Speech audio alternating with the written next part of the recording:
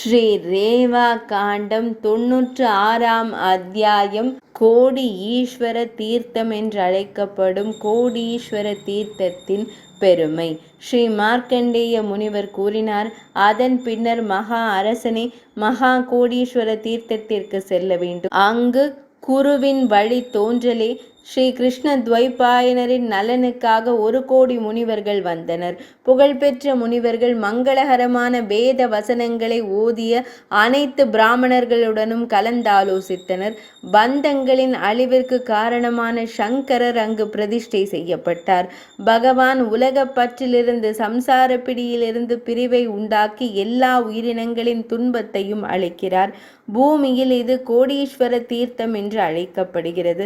இளவரசரே, யுதிஷ்டிரரே, பௌர்ணமி தினத்தில், குறிப்பாக ஸ்ராவண மாதத்தில் கட்டளைகளின்படி பிதாக்களுக்கு, பித்ருக்களுக்கு நீர் மற்றும் அரிசி உருண்டைகளை அபிஷேகம் செய்த பின்னர் பக்தியுடன் நீராட்டம் செய்து பகவானை வழிபடுபவர் எல்லா உயிரினங்களும் அழியும் வரை பித்ருக்களுக்கு நித்திய திருப்தியை அளிப்பார். ரேவா நதிக்கரையை நாடிய பித்ருக்களின் மாபெரும் இரகசியமானது இதுவே ஆகும். ஆகவே இது எல்லா உயிரினங்களுக்கும் முக்தியை அளிக்கிறது. இது சிறந்த முனிவர்களால் உருவாக்கப்பட்டது. 96ஆம் அத்தியாயம் இனிதே நிறைவடைந்தது.